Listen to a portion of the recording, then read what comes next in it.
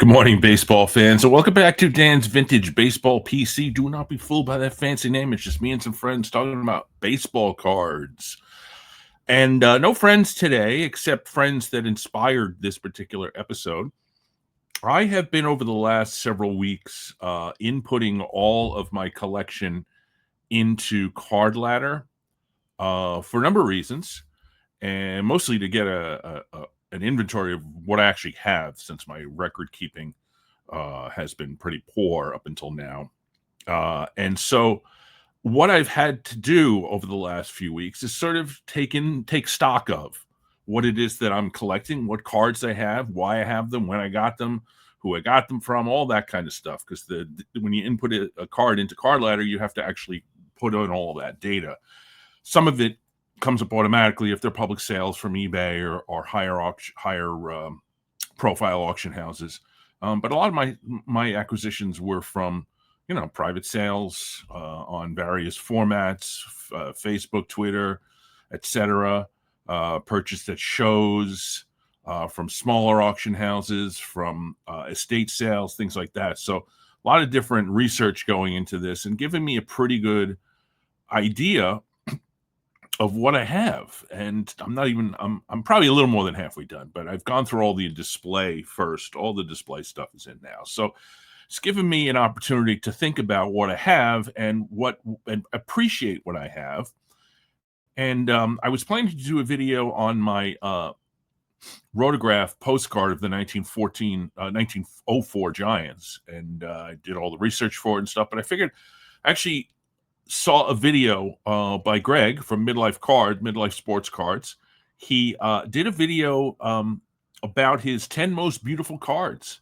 And I thought to myself, well, this is probably the best time for me to do this because of the fact that I've been going through Card Ladder and taking stock of what I have, and sort of, every time you take a single card and you get the information on the card and you look at it, and it gives you a pretty good idea of why you bought the card, why you appreciate the card.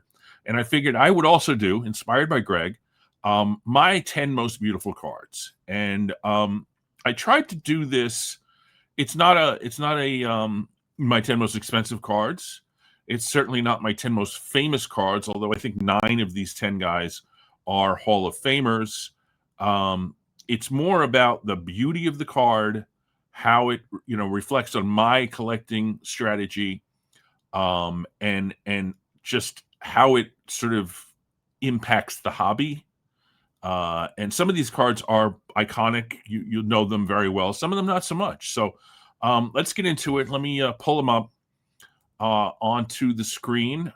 So number 10 is the 1953 Bowman Mickey Mantle, which is my examples of 4.5. It's a really nice example, tiny bit off center, but really sharp. Now I thought about putting a Mantle card into this because he has so many really good cards. You could use his 1960, his 63.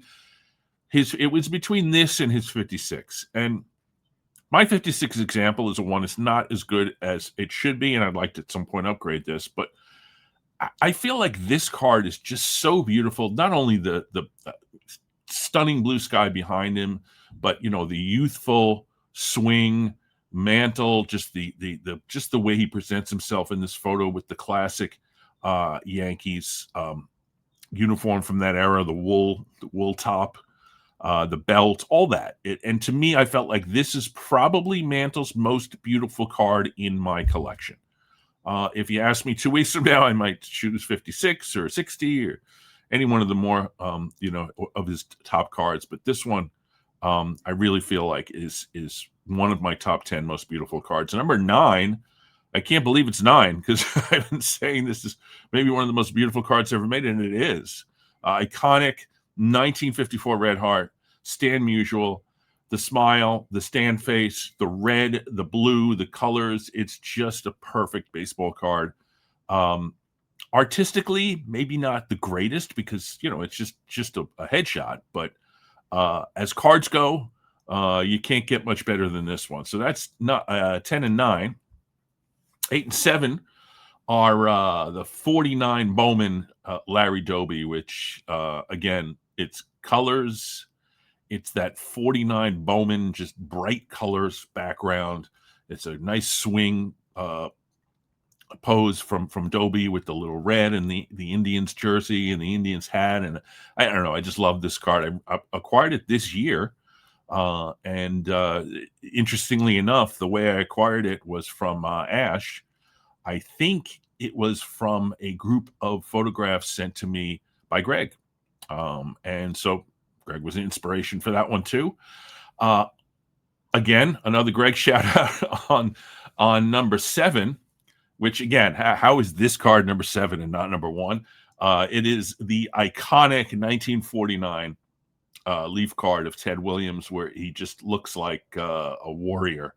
He looks like a hero from prehistoric, not prehistoric, but from olden times. A hero, he's got the bat, it's the angle and the color and the red and the blue and everything, and it's just such an iconic card. And Graig was my wingman when I bought this at the National in July, so thanks to him for that. But so 4 amazing cards, and they're not even in the top 5. So let's go.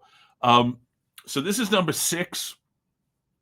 This is the 1967 Venezuelan Winter League card of Luis Tiant, and you can't really capture let me see if I can find it. You can't really capture the brilliance of this card on a picture. And let me see if I can do a little close up of it here. Look at that. The blue sky and the clouds in the background, and Tiant's just about to take a wind up in his classic, Luis Tiant wind up, where he puts his hands over his head and then spins around and does a little twirly and then throws it to the plate. And you don't have any idea what he's throwing you. So this is Tiant in 1967 and 1968. I think this is actually probably printed in February of 68, because it's the Winter League went from, I don't know, December, January, February. This is probably printed in around 68. And so 68 was a year that Tiant was maybe one of the most dominant pitchers of all time.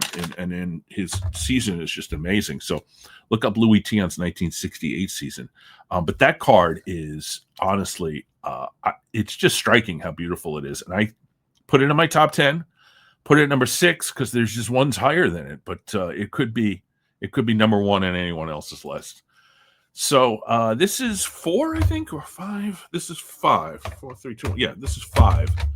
This is the only non-Hall of Famer in this list. This is the T207 Jack Barry.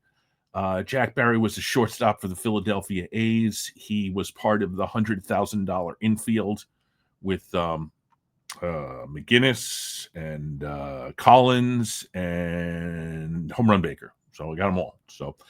And he was a terrific player. He was more of a fielder than a hitter. When he retired, he moved back home, and he became the coach for, I believe, it's Holy Cross College in Worcester, Mass, for something like 40 years. And he's in the inaugural class of the College Baseball Hall of Fame, I think it is. All this is kind of off the top of my head, but I think a lot of this is pretty close to being true. But anyway, so this Jack Barry card is, to me, a piece of art. It's almost like a ballet pose. And, as baseball cards go, it's art. I like art being part of it. And you'll see in the next few, actually the rest of them all have very high art appeal. So love this Jack Barry card. Inspiration on this was Alex Bowman 53. And I believe it was Doug DK.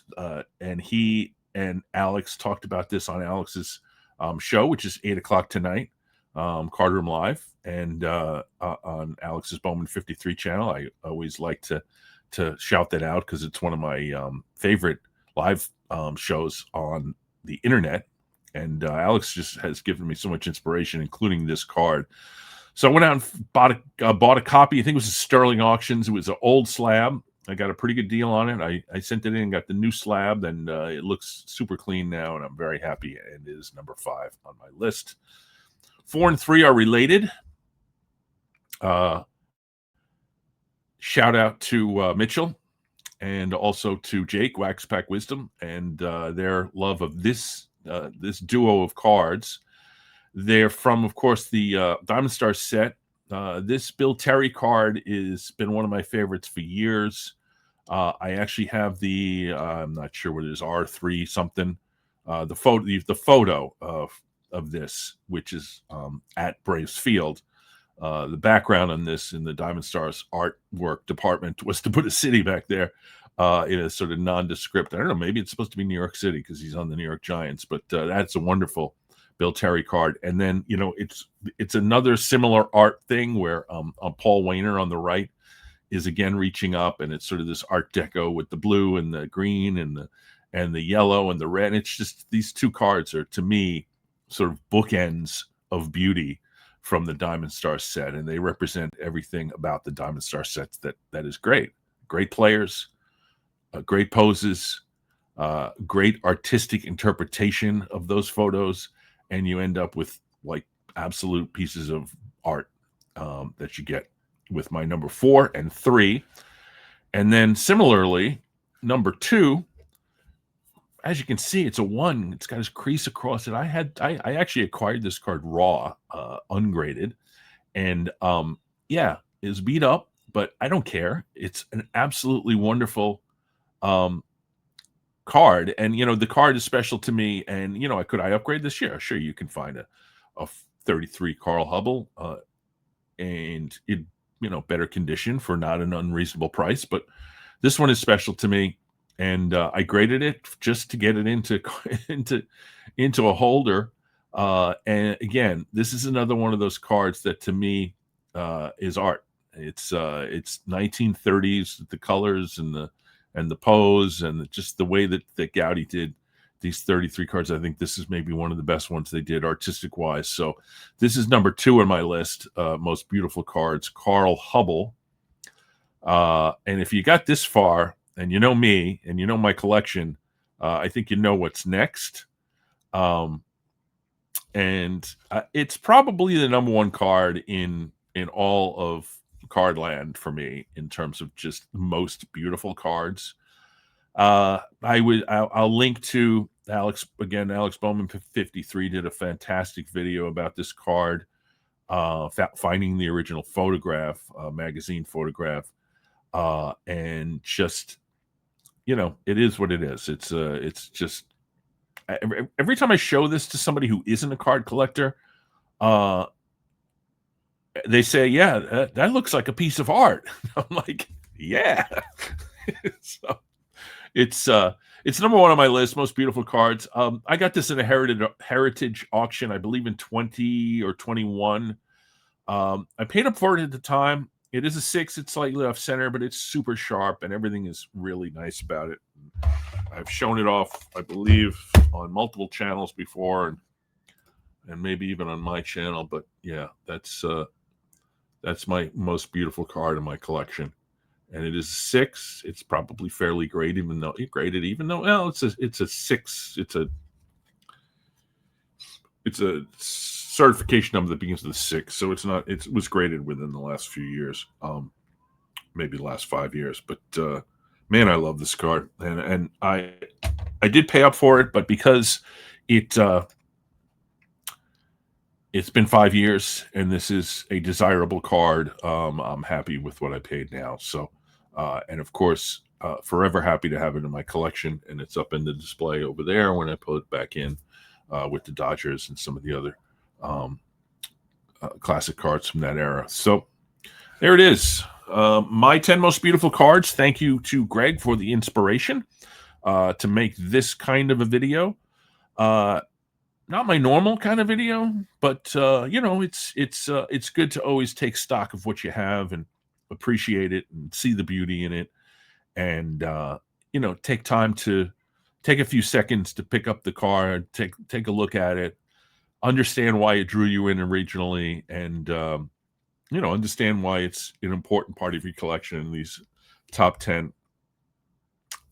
This list could be different tomorrow, but these are the ones that I decided to pick out, and I feel like it's a pretty good representation of my tastes and my beliefs in what makes a card beautiful, and also you know, the way I collect. So thank you for tuning in. If you want to share yours or do another video, hopping onto the Graig bandwidth and the bandwagon, and do your top 10, that would be fantastic. I would love to see more of these from people. Next week, I am so happy to finally have on one of my favorite people from YouTube to talk about a great pitcher and show off his amazing collection. I have some decent cards from this pitcher, so I'm not going to be too shabby in this either. But tune in next week. That's going to be recorded on Saturday. I should mention Saturday morning, I am hosting Hobby Hotline again. I hosted Hobby Hotline yesterday, filling in an emergency situation. But next week is my regular rotation. It's a Hobby Hotline that's very special to me because Orlando is one of my guests and Dr. Beckett is one of my guests. And having the two of those absolute hobby greats will be very special for me. So that's Hobby Hotline on the 4 Collectors Network, 11 a.m. next Saturday. Right after that, I'm going to record my video and put it up later on in the day for this channel. It's going to be a good one, like I said, with one of my favorite guys on YouTube, talking about one of his favorite players and showing off an amazing collection. So there you go. Top 10 most beautiful cards on my list. We will see you again next week. So viewers, take care.